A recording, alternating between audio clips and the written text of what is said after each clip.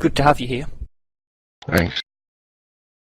So everybody, we shall begin. Obviously this is Grath Telkin, the CEO of Sniggerdly and a leading member of Pandemic Legion.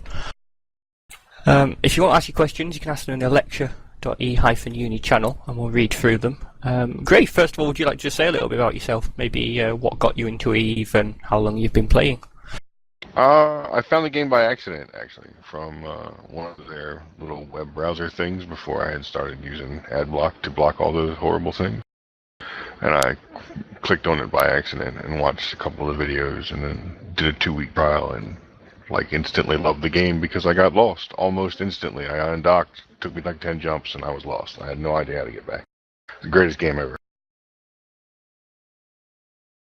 I'm glad you enjoyed it. It's always nice when you have a positive start to EVE compared to the nightmares people endured.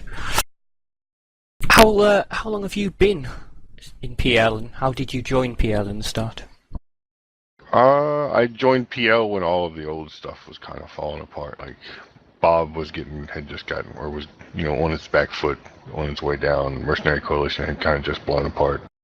Like which happened 2 weeks after I finally got to join. That was like the thing to be able to get into that back in the day. And I did, and then 2 weeks later it exploded. Felt good about that. And so just bounced around for a little while, and I accidentally kind of joined them by accident. I had this awesome month in Faction Warfare where I killed 400 dudes.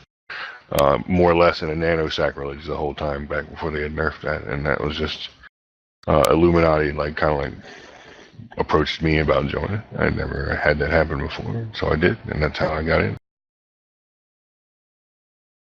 How does EVE these days compare to the old times? Obviously you mentioned Bob, which is Band of Brothers for the newer people, one of the large old alliances in the game, probably the largest at the time, I think.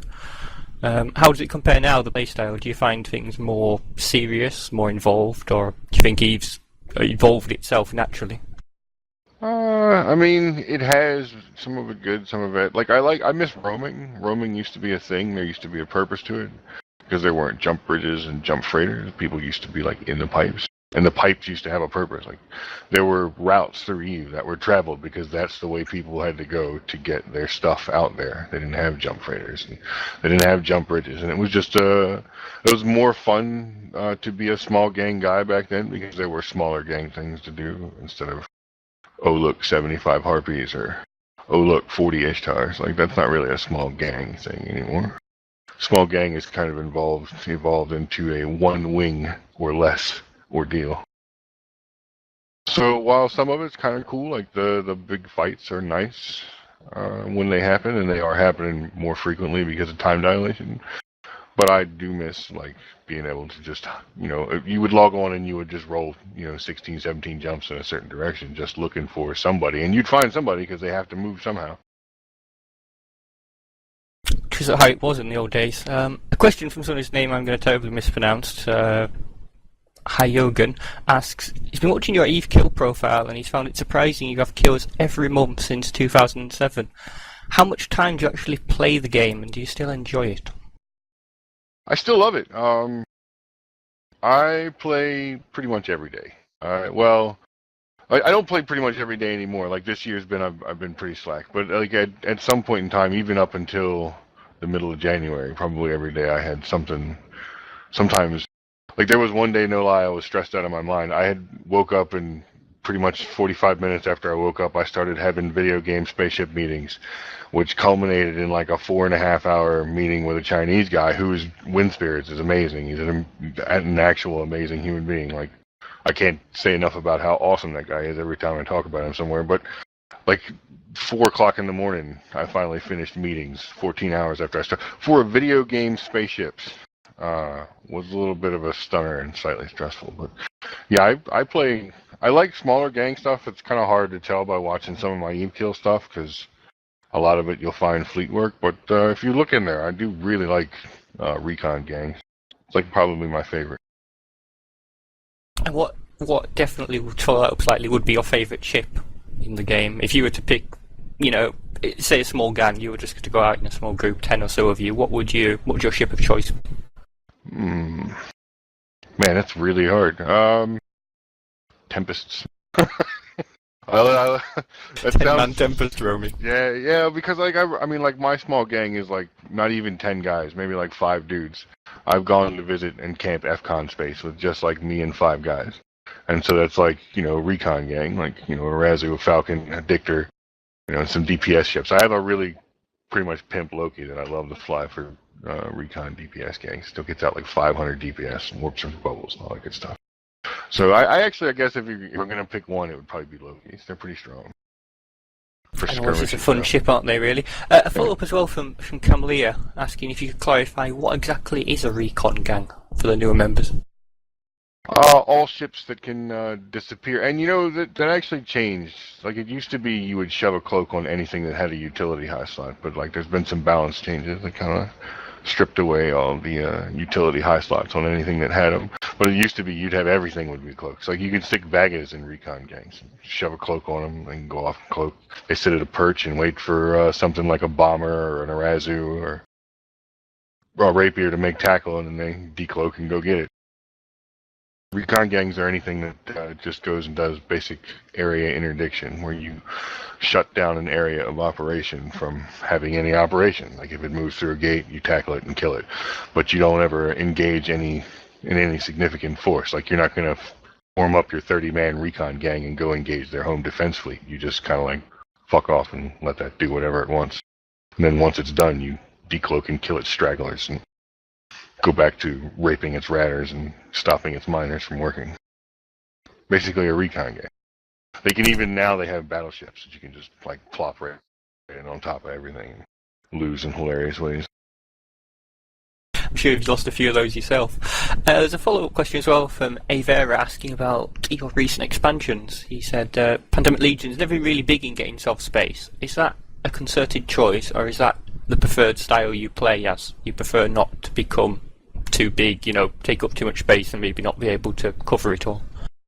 Well, 2 things. First, I've never lost a Black Ops battleship. I'm actually good at that. I got my first one for my birthday last year, and I've had it ever since. It's called the Angry Fister, and it's a Redeemer, and I love it. Second, we actually kind of currently hold the most space, which kind of sucks because we don't actually like being connected to space. So that kind of is a crappy thing about the way the game went for a little while. Like it became a necessity at an alliance level and income levels to be able to hold and control space, which didn't really, it's not really that great. Like especially if you like to be mobile and not stuck in one spot, which I don't really like to be stuck in one spot. Because if I had one spot to be stuck in, it would probably be Stain, and it's so far from everything that it's just a pain in the neck to get stuck in Stain. It's still my favorite. There's been many good PvP fights with the Stain wagon, isn't there? In fact, we had the other day Larry from AAA was on doing a Q&A with us about when obviously the Stain region came up there, and it's still considered by many a good PvP place around there. Sure, it's miles. It's like Lord of the Flies Island. It's miles from everywhere, and to survive down there, you have to be able to survive pretty much cut off from everything, unless you want to make friends with everybody. So, and a lot of those guys don't want to do that, so they eat their young. Another follow-up question from Leah asking about the fabled N3PL alliance you had for a little while. Is that still going, or did you fully part ways after the battle in BR? No, I love Vince. Vince is an amazing human being. He deals with a monumental amount of stress pretty much all the time, just like anybody does when you have several thousand people's hands you're having to hold on a daily basis, and they all have some fragile little ego that gets damaged at the slightest thing you do, and so you end up plate spinning all day long, and Vince does it with a minimal amount of yelling, so it's pretty good. Fairly minimal anyway. And I love the fraternity guys. I can't say enough about how amazing that is. That's an all Asian alliance, all Chinese guys, and then there's a Kaldaris, which I guess is their sister alliance, and those are all Japanese guys. Those 2 groups right there are pretty amazing. And watching Kadeshi fight this time was actually shocking because I'd never seen anything from Kadeshi outside of tournaments every year. So like I didn't know what they fought like, and watching them fight this year was pretty impressive. Excellent. A question about recruitment. It's hard for new players to join Sniggerdly Corp in PL. An ex-member of Waffle, I'm not sure if he's referring to Snigger Waffle or Waffle Corp, said in his Snigger, managed to play in Waffles for 1.5 years without getting purged. There's got to be an award for that. What are your thoughts on sort of, how do you get into PL, and is the process hard for a reason, or is it maybe too hard? No, it's not. I believe it's not hard enough. I would actually probably make it harder, but that would assume an infinite play life for just about all of our people, which we don't really have.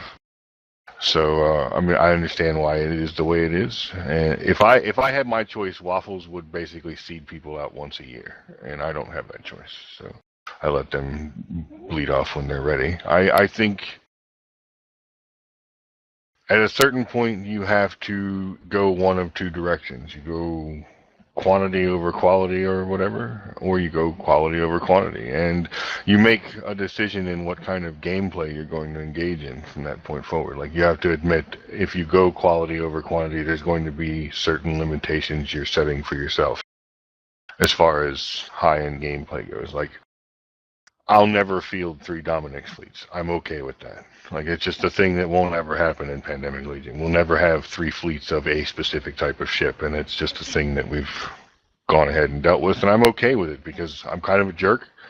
And finding 200 people that are okay to hang out with me is a challenge in of itself, much less finding 750 people that I could stand being around for 9 hours. So look, if I could quickly ask as well, what would you, if anyone here was thinking of PL as a future, what would your recommendations be for a good way to get noticed or get joined? Join Waffles. Like, a lot of people look at it like a training corp, and it's not really like so much a training corp as it is more of a thing where you learn to be more self-sufficient. Like, when you get tossed into Waffles, Waffles don't have like a group set of FCs. It's their job to FC themselves. Nobody creates content for them. They have to go out and do it themselves. So it makes makes a group of people fairly efficient, who may have been able to play the game before, but it kind of improves your efficiency levels, and it gives you a chance to get to know some of us, whereas we might not know you at all. And like, over time, most people will graduate Waffles. It's like an actual thing. Like, even if you have to be there for 2 years, right? See me not will be there for 2 years before he graduates, but it's going to happen eventually.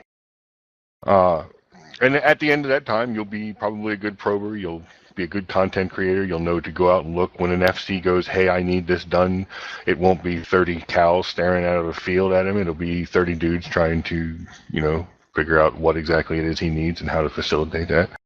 So I believe the best way to get into PL is just join Waffles. It's not really a training corp as much as it is just getting to know the playstyle and being a useful human instead of just a pulse in a fleet. And Waffles obviously do quite a bit of shared fleets with PL at times. You'll see many of them on the same kills, etc. You hang around quite closely, so. Yeah, a lot of the dudes like to go hang around. Like, Waffles is one common trait of all the Waffle graduates is if you ask them what they miss most, it'd be Waffles. They would want to go back and stay longer. Because once you're out of Waffles, you are then, you're let go of the fun-free lifestyle that you had as a Waffle, and you're shackled with that stupid-ass PL ticker and everything that comes with it. But it's still a really fun place to learn a lot about the game that you didn't know, and to get to know us, because then you come and hang out. Like, we have, an entire other game section. It's a thing I think is important for a lot of alliances going forward. It's harder to kill an alliance that exists in more than one platform. And so when you have a group like Goons or PL or N3, or not N3, NC Dot, who have a stronger other game section, you're never actually going to kill the Alliance off. You can take like everything they own. They'll still hang out and play spaceships. They'll just do it in Ibises. And then when they're done, they'll go kill people in Battlefield 4. Absolutely diversifies the motto of life, isn't it? Diversify or grow. Sure, yeah. It also keeps, that's a nifty thing that it keeps more people in touch. More often. So, like, you might not be playing Eve right now, but you might be in a channel where I can get you to come play Eve because you were playing something else. So if there's an emergency, I can have you around. So it's a really good internal tool to keep people engaged in your community. Absolutely. Avera asks the question that you probably dread asking the most. Seeing that PL goes for quality over quantity, and Goon Swarm, or the CFC I assume he means in general, would do the reverse. If PL and Goons ever came to blows, who would win? That's one hell of a question. Oh no, it's easy. We just can't. Like, if it was a singular Goon Swarm Federation alliance, right? Like just that alliance, I would actually give us probably odds. But there will never. Goons on their own do outnumber you, don't they, by quite a percent still? Sure, but like a lot of Goons are either new or are retired. So the actual Goon Swarm Corp numbers are always, like in the B-R fight, for about the 18 hours of that, Snig Corp had the most members in system by a significant factor. Like the ability of my corp alone to outnumber, the average Goon participation model is like. But like I'm not dealing with, you're not dealing with a fight with Goons, so it's kind of like a loaded question. Like you fight the CFC when you fight Goons. It's just what it is. They built it. They should be proud of it, and they use it. So. I can't fight 40,000 dudes, so in an engagement with the Goons, the obvious answer is I lose. Like every time. There's never once where it's going to come out pretty for me. And obviously, as you were hinting at as well, in the recent fights, Goons have been allying themselves with a few Russian blocks as well, so that recently inflates the numbers in another direction, as N3 recently found out. Sure, yeah. It's in the interest of game politics that there be more than just the two sides to it, and so them fostering, the ability, like helping the Russians when they were needing it, because the Russians weren't really making any progress and were simply losing cap when the CFC got involved in the fight. Like it was an actual thing. No hate, like they were engaged against us really super cap heavy group, no problem, but it's in the CFC's interest for, N3 to have someone else to fight constantly besides them. Like, I don't want to put that in any way that doesn't sound anything anyway. It's just the truth. It's like, if the Russians live, then N3 are fighting, and there's less, hostility inside CFC space where they have ratters and renters or whatever. Like, as long as people are engaged elsewhere, the homeland will do well, and that's a good, strategy to take. It's a strong strategy to take. It keeps Declan is one of the wealthiest regions in the game right now because of the way it's been built up as a capital and the way that capital is protected. A question again. How does PL choose its allies and enemies in a conflict happening in New Eden? Do you look at ISK opportunities such as richness of space, or do you go for like old friendships? Always worked with them, decide with the history, or do you take your own other reasons? It's generally whatever the FC, like, so we operate on a slightly different model. Like, if you were an FC in PL, you would have at this point, proved maybe that you can FC fleets without losing a ton of stuff in any hilarious ways. Which, even Jeff Rader, who lost like 14 dreads screaming Allah Akbar at whatever, 0:00 in the morning, 3:00, Russian prime time. He told him to seize green and killed, even him. He can run a campaign. So we let people run what's called a campaign. And they basically pick what they want to do, and they, give an outline of who they want to work with and how they want to do it and stuff. And we pretty much, within reason, let them go do it. And they pick their allies at the time. They tell us who to set standings with and who they want to work with. And they're in charge of keeping an idea of, are their goals that they originally had achievable? Can they still be achieved? Are they out of the question? Are we on track? They have to keep everybody updated, and, we give it, like B-R, going amazing. Became pretty obvious the morning after B-R that the goals of the original engagement were no longer achievable. So, like, that's when Manny pulled the plug on that. No big deal. That's all up to a campaign commander, though. And, no matter who he says, I have to kind of suck it up, and so does everybody else, and kind of deal with it, because they're the ones doing all the work and the effort at that time, while the rest of us pretty much just sit back. A side question for you. Obviously, it's quite recent news. I just got announced this week the new coalition hero formed with Test and Brave Newbies, and some others as well, of course. What do you think of that? How do you view it? Making any difference, or? I'd like to start off by saying fuck test. I hate them, and I wish they had just died off as an actual thing. Brave Newbies is a really good group. I actually like them a lot. I don't want to ever work with them because I think that would take away from what they are. But I like the fact that they go out and wreck shop. That's like what they do. You can talk trash because like 3 months ago you were beating up 150 dudes in Talars, and now it's like 365 dudes in Megathrons, and they're raping things. So I like the progress that they're making and what they're doing. I think it's kind of.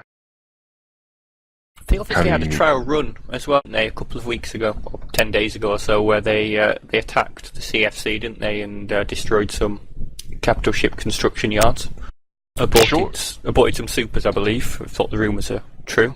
Putting on the big boy pants. Yeah, they definitely got some, and that was just a matter of getting held down. Like, it's funny because there's the whole waterboard thing.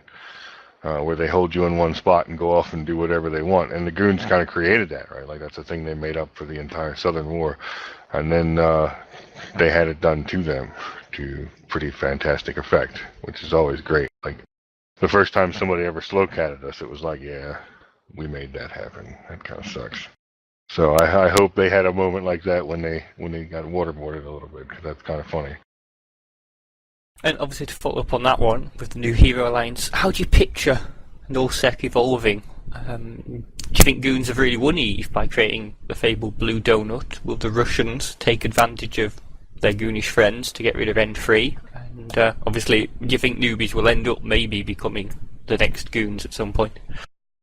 Russians are going to do whatever makes Russians money. They will do whatever it takes to achieve that goal. Like, they would hop in on whichever side is going to get them paid, and not like in a life way. I mean, like, because people. I'm talking about whatever's going to make them money in game. They are going to do to get it done, because that's just what they're really efficient at. Like, they don't give a damn about anything else. And I don't know about the whole blue donut thing. There might be more politics now than there probably ever was before in the game. And I blame that on a lot of different factors. Like, if you've never taken space from an ally or an enemy that resists, it's not very much fun. Like, taking space from somebody that's going, oh god, you've got 5,000 supers, I give up, and they basically just sit back and let you take stuff, that's not that big a deal. The actual, like, the Southern War, that was over 4 months before B-R. Like, a total of 5 systems that changed hands over 4 months. That is brutal, and it's not very much fun at all. And I would rather make deals and set demarcation lines. And my alternate strategy is actually just let goons take everything. Please come take it all. Own all of it so that I don't have to own any of it, and then they will see what we think of it and then fix it, because it's pretty terrible right now. But I actually just got, sorry to interrupt, I actually just got asked as a question as well, because we had Mitani on earlier in the week, and he said that everyone wanted to see a Sovereign change, but obviously the grinding, but no one has a solution for it. What would you feel would be the best way to change or fix the horrible grind that is, taking the holdings off? I am a carpenter. I'm not a video game designer. I don't know how to fix it, but I like the old POS system better than this. This is terrifyingly bad. Like, I mean, I can't even, without a super carrier fleet, it's super insane to try and take space. Like, the amount of extra time you have to put in right now is absurd. Like, they want to, and the whole thing is they say they want to make the game easier for new people to get into, and yet you have this gigantic barrier that says that taking one station is like this Herculean task. And that would be great if everybody had the same level of Herculean task. Unfortunately, there's a lot of old groups that are going around with what are effectively bulldozers, while the rest of the game has to do the same job with shovels, and it just takes all damn day. Like, there's no way that a new group, Brave Newbies, like, even if they put 400 dudes in bombers, it's still going to be a 2 or 3 hour process per station. How much fun is that? That's not fun. So I don't know how they fix it, but it definitely needs to go with an overall overhaul of how things are done. Like, You should be able to exist in Omist without ever having contact with Empire space. You should be able to make all of the T2 components, all of the different minerals and everything should be available. And I mean, to support an alliance of a decent size, they could live in Omist. And that would mean like every few days, maybe pumping out a couple battleship fleets, so you have enough ship stocks down there that you don't have to that needs to actually happen. And then they need to just shut everything down as far as mass transit goes, because it's all kind of broken. And I think if they did those two things, you would see the game improve. But you're still going to have to do something with this shoot millions and millions of hit points. It's not fun at all. And sadly, of course, as you said, that's the current end game. So for all the good publicity, these big battles, like obviously, the battle in BR and bring to Eve, eventually the players do hit that horrible block of, this is your game now, press F1 and go AFK for 5 hours. Yeah, and they wonder why we come up with ways to do that, and then people complain when we actually came out. I mean, it's a thing, and don't get me wrong, I still love the game. Any engagement that's sub 20 ships in this game is probably my favorite. And I've had some that I enjoy that are 200 and 200 and 300 or 400, but like above that, I generally I'm only barely interested in it for more of the political reasons than the actual fight reason, because it's over something else that I have to shoot for like between 10 minutes to an hour, depending on how much DPS I brought with me. Like even if you only have 5 super carriers, that's a pretty significant investment. Taking a station is like a half an hour ordeal with 5 super carriers, and that's you put 100 million ISK on the field, like 100 billion. So say supers have got a lot cheaper than if I thought. A question we got asked earlier by someone who couldn't make it: how did you end up with your title, Not a Nice Man? It used to say, "I will fuck you with a spork," and I got notified by CCP that I couldn't have that foul language in my title. So we changed it to that, and that was directly after the whole We're Revenant thing. So at that point in time, I was not considered a very nice man. I do like that title. That would have been great. Someone I had asked that as title well, forever. Seamus gave me that title when I joined, so that was kind of sad. and they only just noticed it, obviously, when it was more prominent. And Yeah. we got asked earlier, obviously the CFC and their Hell Camp have fallen back. The first question about that was, how do you view that as a tactic? Sort of hell camping someone into a station? Because obviously they'd kind of set that up quite nicely in advance, didn't they, by forcing N3 to fall back and regroup, and then obviously they did what no one truly possibly expected. Well, I expected it. The people that run Goons now were around back in Delve when Bob got camped in for whatever insane amount of time that they were held down in P-R was. Like, this is an alliance that throughout its history has done this. They held camp Black Legion guys for a little bit, maybe, or maybe it was the other way. Yeah. One way or another, they've camped multiple people over the years, and to think that they wouldn't do it, you're engaging in the guys that can pull up 2,000 subcapital ships. Like, you kind of have to be aware that they can make it so you can't undock. It's always an actual thing. Like, it's fun to dance around and poke the monster, but when the monster sits his fat ass on your head, there's not really a whole lot you got going on left. You're pretty done. It's a lot of people, man. There isn't really a lot of good counters to a lot of people at all. It's also... Sorry, go on. No, they can bring so many people. Like, that's the problem with actually any of the coalitions right now. Can bring so many people that any singular group or even small side group can be just instantly crushed without question. It's just it's a matter of which of the 3 groups is going to end up on top. And like before BR, I don't know that Goons would have by themselves engaged in that manner, but because 2 of the 3 coalitions teamed up together, I believe that it enabled the fight to go in a slightly different direction. And you could see that any other way, like any of the other 2 could team up on one and have a similar effect. Like, and that's just the way it is. But like those 3 groups can bear so many numbers that like nothing that any small side group right now can do is going to have any effect. Like, I'm curious to see what Hero Coalition does. Like, they might make progress if their goal is to take out like AAA, because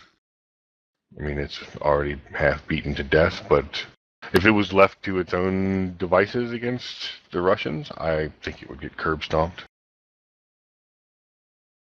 And obviously time zones do come into this as well, don't they, to a degree?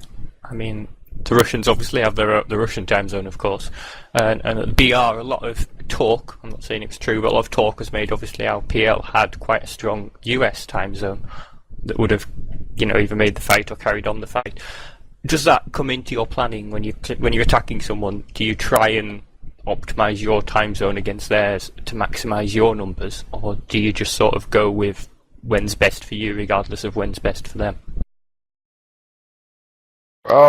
Well, we used to do that, right? That used to be a thing. You used to think about the time zones and shit. Now you just kind of like suck it up and eat it, because whereas before you used to might be able to ninja hit a tower or something at a time and have it come somewhere good, now with the way they set timers up, but there's no reason to dance around it. All the Russian timers, all the time zones all the timers for anything that the Russians own is going to be plus or minus, 10 minutes of downtime. And they're all going to be around that time, and you're going to have a hell of a time anytime anything comes out in there, because it's just going to be like European prime or our prime, except entirely in their time zone. So there's nothing you can do about that besides kind of like eat that shit sandwich and move on. Question I'm sure you get asked quite a lot. Who do you think the best FC is in game now? Talking about nullsec FC, and who's the best FC you've ever met or played with, even if they've retired? And you don't have to say Shadu. We won't tell him. Shadu is the best, but it's not.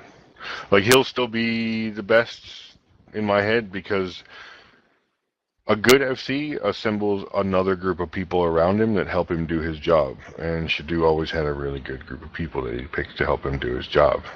Good scouts like Leonid Kalkin is pretty much the most amazing thing to ever touch a rapier.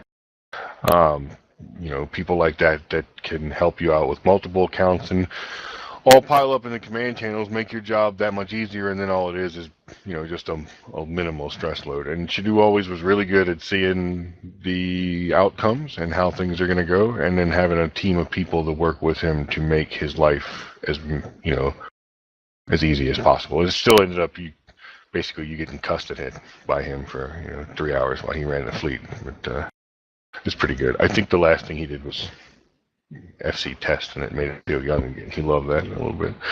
Current FCs, I don't know. You have some pretty good ones. Like Laz from Goons is good. He got a lot of he was not a larger scale engagement guy before this, but in BR he got a lot of really big stuff under his belt. So there's him. Elo, of course, is a good one. But then you have people like, you have Elos and you have Vs and you have stuff like that, and you have your Mannies and stuff.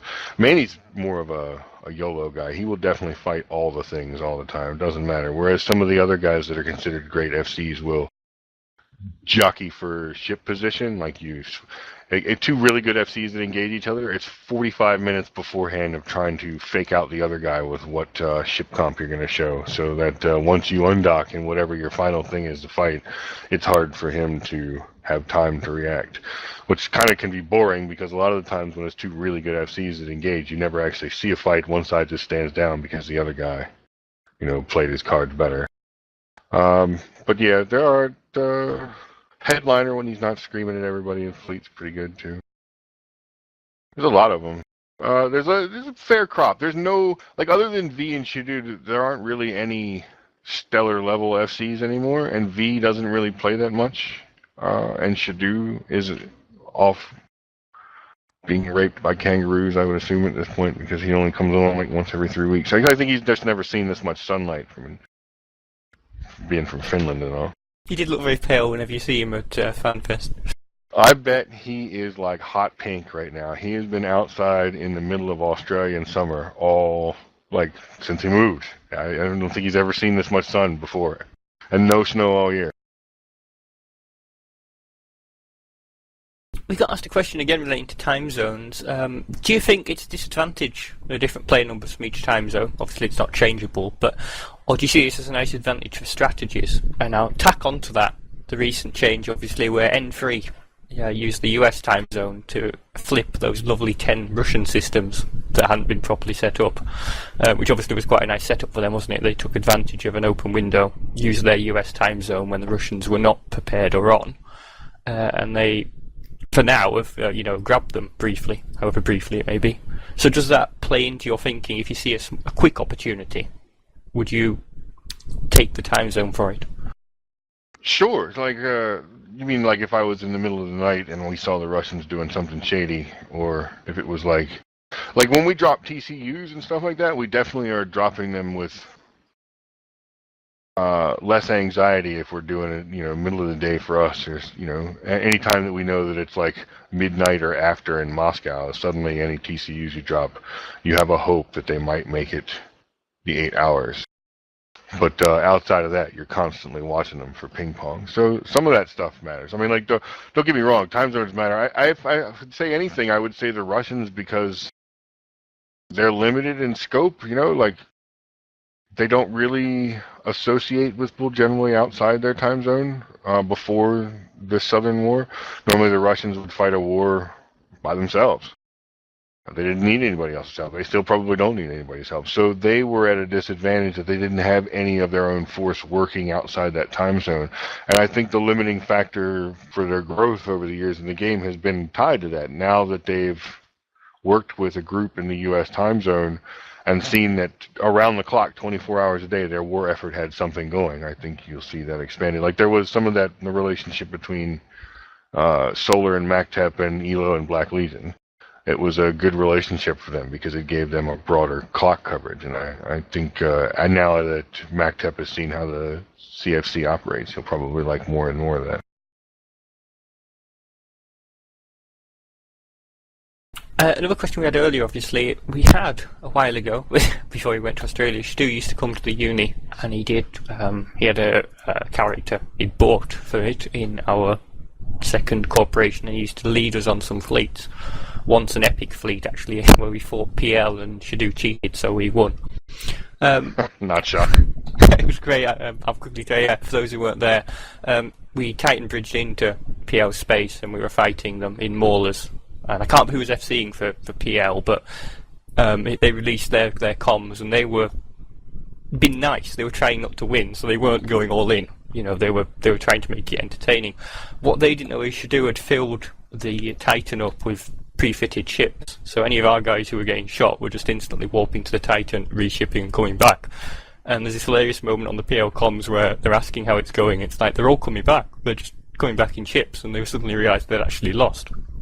The question was, obviously, is would you ever consider, doing something like that, guest FCing and herding cats around for a fight, or is that not really something FC-wise you view as, an enjoyment or the time for with the hectic schedules? No, it'd probably be tons of fun. My big worry would be that I would scream at people. I have a temper. I'm not really making any excuses for my temper, but I generally try and reserve my yelling and screaming for Pandemic Legion only. They're the only ones that deserve it, and so they're the ones that get all of it. But it would be something maybe I could consider. Like I'm more of a at this point in my game, I'm really good with capitals. Like I love cap ships. I love everything about them. I'm really good at FCing those, and I'm really good at FCing anything where I can sit in one area for an extended period of time and start to develop strategies using the actual space itself around killing everything that comes through it.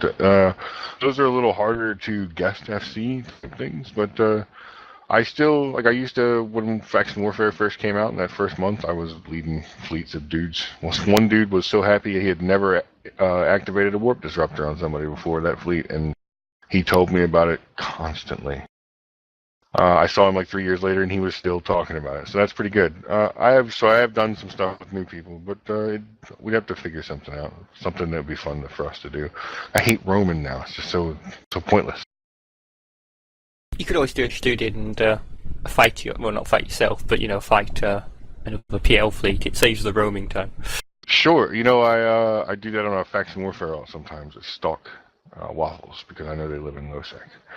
So I have a Faction Warfare that does frigate stuff and just go hang out near them and kill them when they're hunting the other guys. It's pretty good. We had Black Horizon, who used to do that on a spy ult. He would go out, and when he knew PL was deployed in an area, he would hang out. And Black Horizon killed many a dude and a Drake from PL who would go out hunting for him and be like, I got a Drake. Only Black Horizon actually knew how to play the game, so he would then destroy said Drake. I had a quick question as well about the, you mentioned it just before, the Revenant event. Did that, obviously the loss of that, yeah. Could you just tell, obviously, a few of the newer people a bit about what happened there? And the question, obviously, did that change how you operate slightly? Did that bring in any, safeguards or changes? But obviously, if you could just mention how it happened and what it was, because a few people probably don't associate with it anymore. Right. So I know it's painful for you.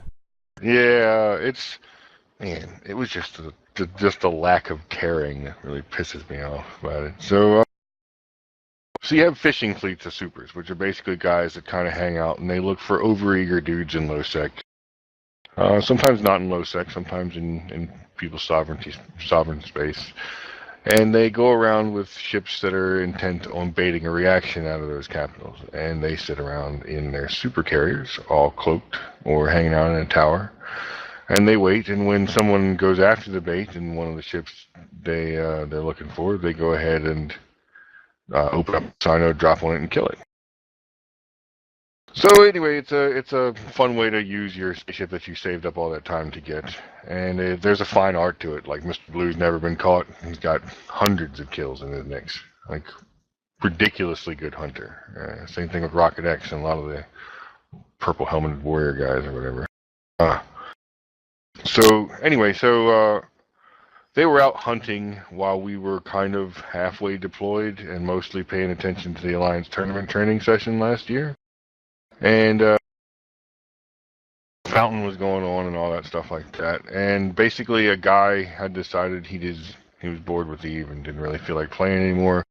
He had come over from Black Legion, and he had decided that he was going to do the greatest AWOCs in history, etc., etc. I talked to people, helped set it up.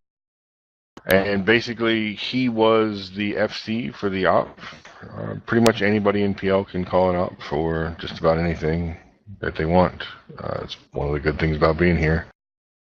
So he called an op and got a handful of supers together, and he led them a midpoint away and got them to engage a group of carriers. And one of the ships that went with him was the Revenant, which is ridiculously expensive, etc., etc. And they never talked to anybody before they went. None of the pilots involved, and it never said anything. They trusted the FC, assumed everything was good to go, and went along on the trip. And it turns out that Bandwidth, the guy in question, was, he logged his other sign. He logged the midpoint out so that we couldn't get help to him, and he had set up the Black Legion hammer drop with everybody else that was involved and on it, all the low set guys, to kill those 14 supers, and including that Revenant. And I was mad because we do spend a fairly large sum of money every year on keeping spies comfortable, making sure they have everything they need. If they have a character that gets burned, replacing the character and helping them sell the one on the character bazaar, and either start a new one or buy one off the market or whatever it takes to get them back in action, spying on somebody again, and then to plug the hole that was had when they got burned. So when you have this many people and this much money that goes out in the year, like, probably spend more on spying than most alliances will make in a year, other than like maybe the top 20. Like, a significant amount of money goes towards it. And when you don't ask, you feel, when you don't ask for intel before you do something silly, you feel like it's a waste. Now, in their defense, normally that's the FC's job, and this time it was the FC that was running the fishing op that was actually dirty and in on the thing. Had planned the whole thing. So there wasn't really anything that was ever going to save those guys once they all logged in and joined this fleet. He was pretty much dead. All the information in the world wouldn't have helped them because he wasn't going to ask for it. And the only thing now that's changed is that when we see someone ask for an op to go for supers, we pay a little bit more attention, see if we know the people that are in it, and make sure we are aware of who's running it and where they're operating at, so that I don't leave the paying attention part reliant on whoever's running the op. I go ahead and pay attention for them.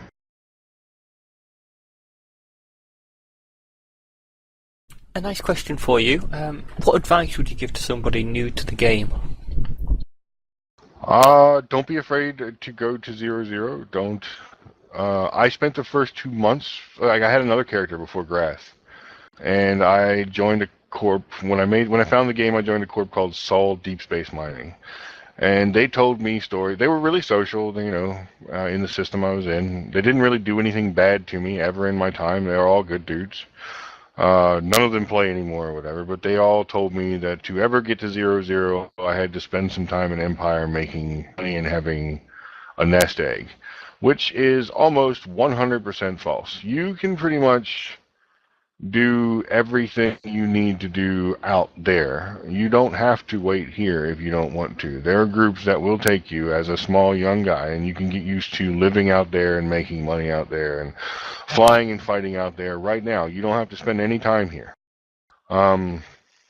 Groups like the Goons and stuff like that, they have newbie programs for frigates. You have groups like B&I and Test, and they have programs to get you engaged in the game above and beyond the I run level 4 missions level almost instantly. You don't have to wait. If you don't feel like you want to be around that many people, definitely look into faction warfare. Get used to blowing up. It's super important. Like, my favorite ship is the Pilgrim, also my most lost ship. Like, I just die in it all the time, but I've got like tons of kills in Pilgrims back before they moved everybody to anomalies and killed all my fun. But get used to blowing up. When you learn to fly a spaceship, it's not just learning how to fit it or whatever. There's going to be a point where you can figure out what you can and can't do in a certain spaceship, and you should always test that and like the limit of that. Pick a one particular race, I would say, that you really like to fly a lot, and just kind of like fly those particular ships for several months if you can. And don't be afraid to diversify early, like all these racial purists are like, I have 130 million skill points in Mimitar spaceships. Well, that sounded like you wasted an awful lot of your playtime. I have 133 million skill points and I can fly everything. And so that pretty much makes me nerf proof. It doesn't matter what they change in the game, I can already fly it all. I'll be okay. So that's another thing that you should probably look at. Skill diversification. Don't bog yourself down with a particular race until you've at least gotten the flavor of them all, and then pick one that you like and go at it hardcore and just learn it. Ribeye Jackson up a saber or something, you know? Which is good advice, because there's a huge difference in the playstyles of the various races as well. Some are more about Winmatar, as you mentioned. They often get considered more fun or useful in close range. Obviously, Galente with blasters and sentry drones are quite popular right now, and Caldari unfortunately always gets labelled with a horrible PvE tag, although it can have some fun ships for high-end combat. Sure, and it's important to know, like, as much of knowing how to play EVE, like, there's as much to knowing what other people are going to do. So knowing what all the ships do, like having an understanding and intimate knowledge how the ship functions, how it handles when it, like, okay, that thing is super cap sensitive. I know, like, it's dual rep fit, so I know that there's going to be times there when he's really hurting for cap, et cetera, et cetera. You just need to know as much as you can about as many of the ships in the game as you can. And that will help you later on, because you'll know what to expect from those ships. Like, you will be aware of what's going to happen when you engage them and whatever you pick to engage in. Absolutely, and as you mentioned, of course, the big thing most people are afraid of or worry about in EVE is actually losing a ship, isn't it? But equally, that's something, once you've lost sort of 1 or 2 or 5 or 10, as long as you're having fun and you're killing things equally, that's all part of the game, isn't it? You should never feel worried about losing your ship compared to killing everyone else. Sure, like, learn basic fitting mechanics, right? Like, understand that dual tanks are not a real thing. You don't want those for any reason. Like, I know it sounds good in your head, like, hey, 1 tank is good, why wouldn't 2 be better? Don't ever do that. So learn basic fitting mechanics, And then don't be afraid to blow the ship up or even experiment in some small ways. Like there's no reason to like the new Gnomon fits, Navy Omens that came up a little while ago. Like most people would have looked at that when it first came out and went, "That's retarded."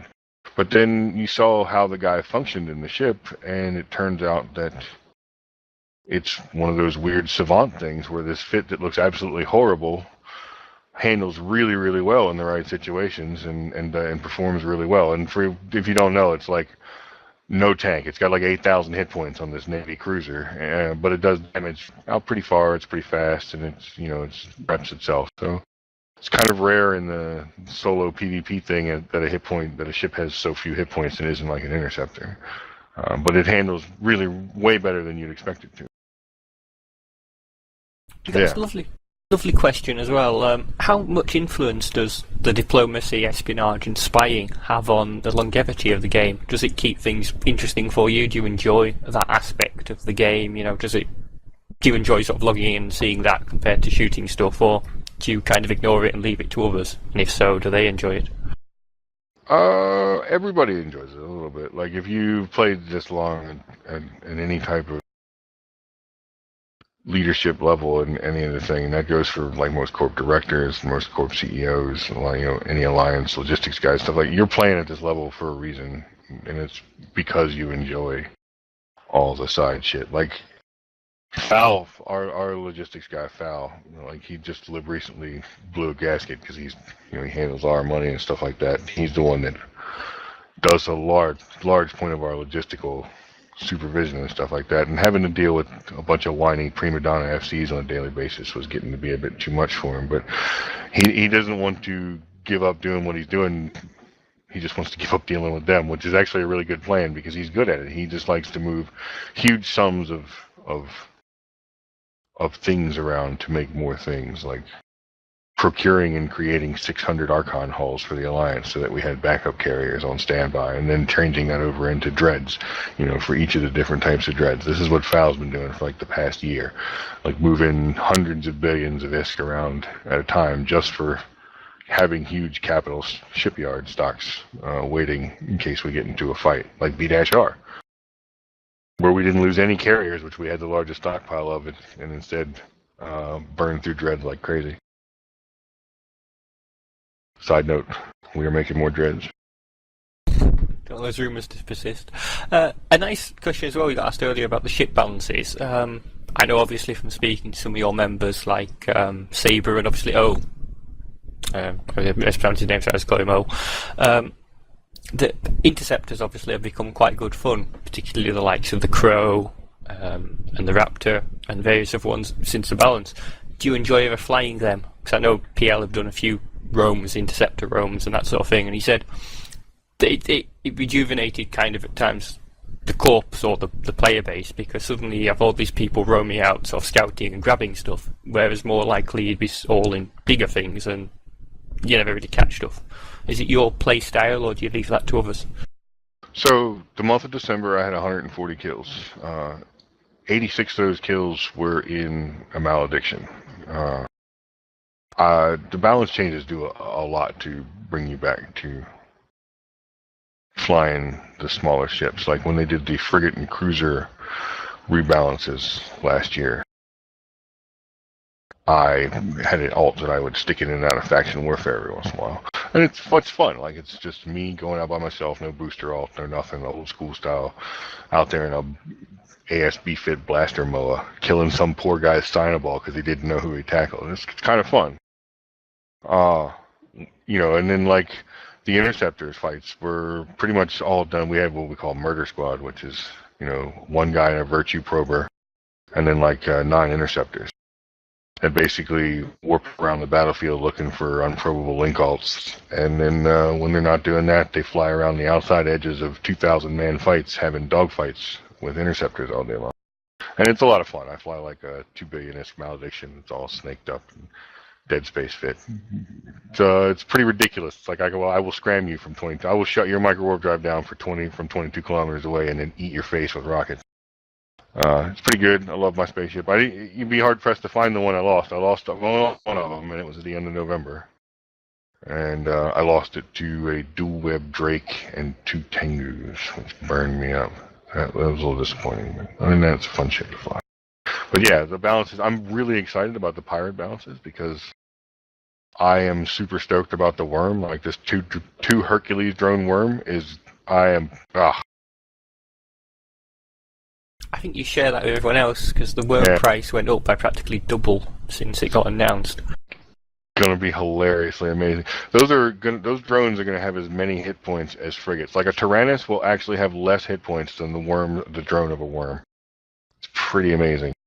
The worm itself will still actually have quite a nice tank. It was never a weak ship to begin with. It just kind of was too mismatched. All its bonuses didn't work well. Yeah, it's going to be amazing. It's in a Merlin hull, which is pretty much it's my first frigate I ever bought was a Merlin. I still have a worm. I bought it as a blueprint when I was starting EVE ages ago and built it myself. And I think I used it like once because it was horrible, obviously. It looked really nice, but it was horrible. I have 143 spaceships in Amamaki. That's like our home, kind of. Yeah, it's where you're deployed, isn't it? Yeah, well, it's where we go when we are not deployed, actually. It's where Seamus put the statue up for the one tournament they let us win a statue at. And I guess that was one of the first systems that Snig started in a long time ago. And so they put the statue in there, and so we've got a station in there that we live at. Whenever we're not out in 0-0, when we're on cooldown time, we go back to Amamaki and just live where our statue is, because you can't take it. Neener. And so that's like where pretty much PL calls its, actual home is Amamaki. And so I have like 37 billion in spaceships in that stupid station. 143 ships. I have like all the different things. But I have a stack of Action Moves and Crores that I've never even bothered unpackaging and fitting because the ship is so crap. I can't wait to see what they do with them. If you're listening, Rise, this is important to me, and you're not allowed to fuck it up. I don't care. Is it oddly, actually, because when it was first read, a lot of the smaller or solo PvP community were most intrigued early on by the afterburner change. Obviously, the speed bonus going to the afterburner ships. 'Cause oversized ABs for a while was quite a popular ship type to use in a solo or a small gang combination. It is, but more so on missiles, because you don't have to worry about Eve's wonky tracking formula, which means you'll actually apply DPS. That little frigate is able to go crazy fast if you throw money at it. Like, you haven't seen speeds like this thing will reach since the nano days, or like 12,000 meter per second speeds is what we're looking at, right? Like with a 10 MN overheated, implanted up leadership. That's super fast, and you will hit exactly nothing at speed in that little frigate. Like, even if it's just vanilla flavored, where it's doing like 2K, under bonuses with implants and stuff like that, it's going to have a really hard time hitting something with laser guns. By really hard time, I mean you're going to do like 5 DPS maybe. Like, it's got a lot of runaway power, but I'm not sure how much of a brawler it's going to be, really. So you were saying how your favourite obviously is going to be the reversion to the newts and the nosses, so the work how they used to do. Is that a change you really missed? Did you enjoy that playstyle, obviously, when it used to be reset, the nosses and newts? Yeah, when I started playing, like, the Amar were crap. The only good spaceships they had were the Pilgrim. Like, that was considered its good spaceship. Like, a Pilgrim was considered scary or whatever. And I mean, to a lesser extent on Geddons, but, like, most of the Amar was crap. We had an assault frigate that had a single mid-slot. How awesome is that? But that was like a thing you stuck on your frigates back then. Like, I flew a NOS damping crucifier. My only job in the entire world was to put one damp on a dude, put my NOS on, and stick a point on him, and then hold on until he died. I killed a Raven 45 minutes after Grath was built, born that way, in the old privateers, which are nothing like all these new sissies. Anybody that doesn't know, CCP ruined the best thing about this game years and years ago, which was the old war deck system. And there was a group called the Privateers, and any corp joined the Privateers.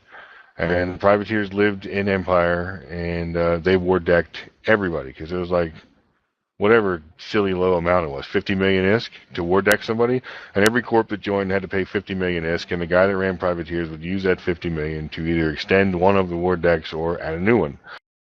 And so there were no jump freighters and there were no jump bridges, and so Empire Logistics had constant streams of traffic to and from, Jita to go out to the edges of their empires.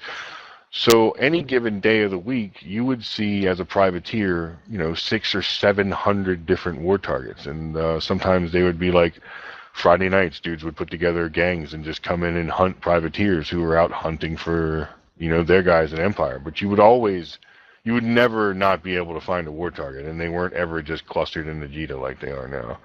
But it culminated in the privateers basically war decking everybody for the last week. So that everything was a war target, and then CCP changed it to have the weird stacking cash rule that you have now. But it was amazing fun. That was like how I got my first PvP in E, was joining a corp and then joining the privateers and going out and hunting people, killing a raven. Another question is actually related to a picture as well, which I linked to you in the private combo in case you're not in the channel. The question would be, would you ever fly one of these? Yep. I will fly anything with laser guns on it. And I don't care what the rest of it looks like. I am super excited about the paint job ships, though. I think their price point is at a really good place right now where it'll get used a lot. Basically, if you farm plexes right now, like most people do at some point in time, people farm up at least one plex.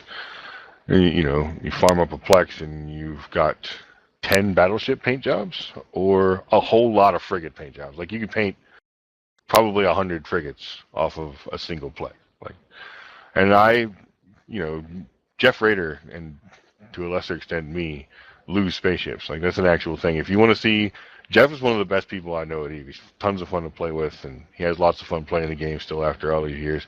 And on Steve Merchant and Jeff Rader, and to a lesser extent Jeff the Chef, you can see his huge piles of losses. Like, we go out and we die. Sometimes you jump in and it's like, well, I can take these 5 battlecruisers. Why not? Let's give it a shot. And it just never works out. So anyway, for guys like us that lose a lot of spaceships whenever we do decide to play EVE, even that would probably last us a month. Like, probably not losing more than 20 or 30 ships a month. And if you can do 100 frigates, that's one plex, then that'll get you like 3 months worth of frigate paint jobs. You do Navy Comets, Ponch and John fleet, just fly everywhere, you and a buddy. And there's a follow-up I've asked about that as well. Do you think this, obviously it's been asked for a while, isn't it, CCP, for custom skins, and obviously started down the road. Do you think, or would you like it to evolve where you, maybe as PL, could have a PL skin for your ships, if you know what I mean, like an Alliance skin? 100%. I want a paint job that's Alliance-wide, and I want my little virus stamped right on the side of everything that I fly. I think that would be amazing. Similar to how the pirate ships have it. Because they have the little logos, don't they, on the side? Yeah, I mean, if they want to keep, if they're worried about, alien race, patent laws or whatever, they can keep the MR symbol on the damn thing, too. Just let me shove my Alliance symbol on there somewhere and give it the Alliance-wide paint job so I can... I mean, if they're worried about making a ship look like a dick, like they said, like years ago this came up, they were like, we're worried about time to penis. Okay, well, just don't give it pink. Like, how hard is that? You don't want pink dick-shaped spaceships flying through space. Don't make pink a color. The joys of the Armageddon. I think we're actually finished. I don't see any more questions, and I didn't have any more written down. Oh, awesome. Although someone said now you'll get a fleet of green spaceships, though. If your dick is green, you should go to the doctor. Green is not a color that brings dick into my mind. Like, as long as we keep the flesh tones out of there. You, of course, wouldn't want brown, no space shit. You don't want none of that stuff.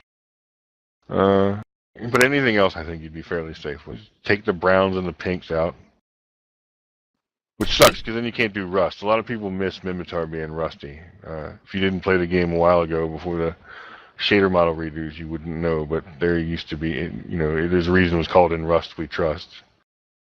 Oh, I did miss a question, my apologies, and it's quite a nice one. I remember this has been asked to everyone we've had so far, so I'm afraid you can't avoid it. As the CEO of Snig, what do you think the best and worst thing you've done are? And to add to it, what advice would you give to people wanting to look towards moving into a running an alliance? Okay, worst thing I did, we'll do that one first, it's pretty easy. So when Nork was moving over to Snig from Test as a Caisson Cosmonauts, or Caisson Capitals Corp, ticker was Nork, we were taking in a bunch of those guys, and there was a huge feud going on between these Test guys and basically what was becoming the leadership of Test, and more specifically the comms admins of Test, which control all the accesses to mumbles and stuff like that.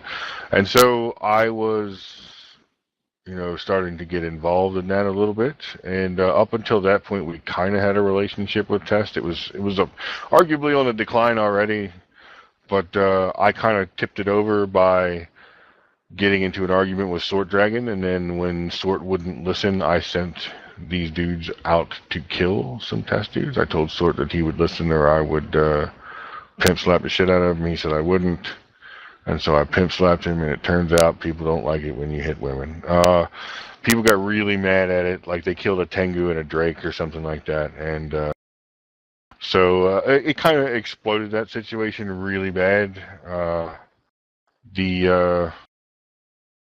The relationship with PL and Test pretty much ended then. I alienated a lot of people in PL too, like Rick Hoover got really mad because he was guest FCing for Test almost constantly, as were like Jogan and Elise and stuff like that. So a lot of people were having a relationship with Test that didn't involve these people, and that since somewhere along the line I fucked up the relationship that they were having. And it made people mad, and I'm okay with sometimes people get mad. Shit happens. But yeah, if I could have that one back, I would probably take it back, because it was wrong of me to step in on other people's fun, and a situation probably wouldn't have developed that has ended up developing if I hadn't have done that. So yeah, I'd like to have that one back. Best thing I did was probably getting everybody's shit out of B-R. Like, the level of personal assets trapped in that station is pretty fucking staggering. Like the Corp alone had 140 billion. Like, my take on chips in the station was probably something in the neighborhood of 22 billion or something like that. And I had one guy who just does market seeding stuff. He's like, yeah, I got 70 bill in there, no big deal. I'm like, So basically for 3 days I looked at without sleeping, I pretty much looked at every different option that I had to fix what I saw as wrong with the Corp, much less the Alliance. And that's probably the best thing I ever did. Either that or putting Riza in charge of Waffles. One of those two things. I think Riza's done a really good job there. But probably more so getting everybody's stuff out. If we had a single ISK trapped in there, we had probably close to $1 trillion ISK trapped in there. I would say something north of 500 billion, just for my Corp and my Corp members, was probably sitting in that station. So getting that stuff out is pretty important. I would say that's probably the best part. And anybody starting out, just remember it's not about you. Like, your Corp will be as good as you let it be, and you can let it be as good as it can by taking as little as you can. So Snig doesn't pay for my subscription. Snig doesn't really buy me spaceships. I buy my own spaceships. I don't touch the wallet for any way, shape, or form. Like, in the several years that I've been CEO of it, I've maybe taken 1-2 command ships, and there was like a 3-month stretch where it bought me like a Plex for 2 of my accounts, and that was it. And that's all I've ever taken from the Corp. Every other dime goes back to the members. Like, I had a guy quit, give me 100 billion, told me to do something good with it, so we bought everybody in Snig a dread. So now there's over 100 dreads, active dreads in Snig. I know they're active because if they're not, we kick them out of the Corp. So I think it's really important that people realize that there's too many alliances in the game whose directorate makes its living in-game off of the Corp that it's in.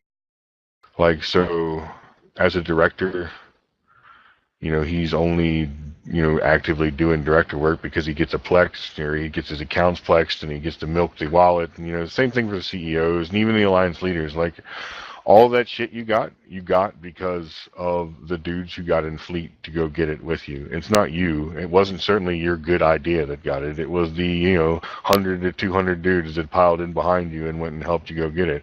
So your job as pretty much the head herder is to make sure those sheep got everything they possibly need to be herded with. So if they need skill books, if they need ships, if they need whatever it is that they need, if they just need information on a regular basis so that they're not feeling like a mushroom that's fed shit and kept in the dark, like, you have to give that to them, and you have to give it to them as often as you can. And if you do that constantly, if they are the more important aspect of the corp, if you hold them in higher regard than you hold yourself, pretty much, then you'll probably have a really strong, good, solid corp that'll have tons of dudes that'll do whatever you want.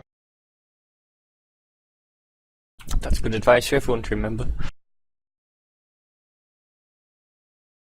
And as we are now completely out of questions, Grath, I'd like to thank you for the time you spent with us. It's always a pleasure to have PL join us, and it's always nice to have someone different. Normally it's Shadu, who we keel-haul over to help us, but I've contracted spiders out to kill him, and we haven't heard from him in days, so I'm going to consider this contract complete. Hostile takeover of pandemic meeting. I sent the kangaroos and spiders. Spiders and snakes in Australia. And obviously everyone's enjoyed it. There's thanks in the channel for you. We hope you won't be a stranger, obviously. If you, or if you want to force any of your members to ever come and do classes with us, they're always appreciated on a variety of subjects. I'm a tanking, sovereign warfare, stealth recons, anything like that. People love hearing about it firsthand from people like yourself who've been out there and done it. Might send you headliner for stress relief. Like, he needs to come over and remember what it's like to have fun again. I thought you might send us Jeff Rader instead. I couldn't do that to you. I love Jeff. I'm not sure he's a Canadian we want to unleash on the world yet. Oh, we have some. I like Canadians. Been an Englishman myself. They spell words correctly. But thank you again. Everyone's really enjoyed it, Grath, and hopefully, as I said, we'll see you again soon.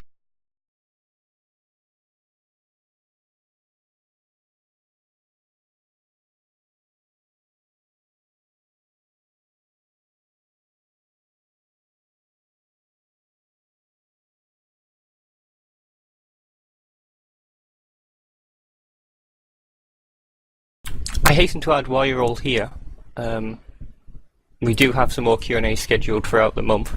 There's some still to be added to the calendar.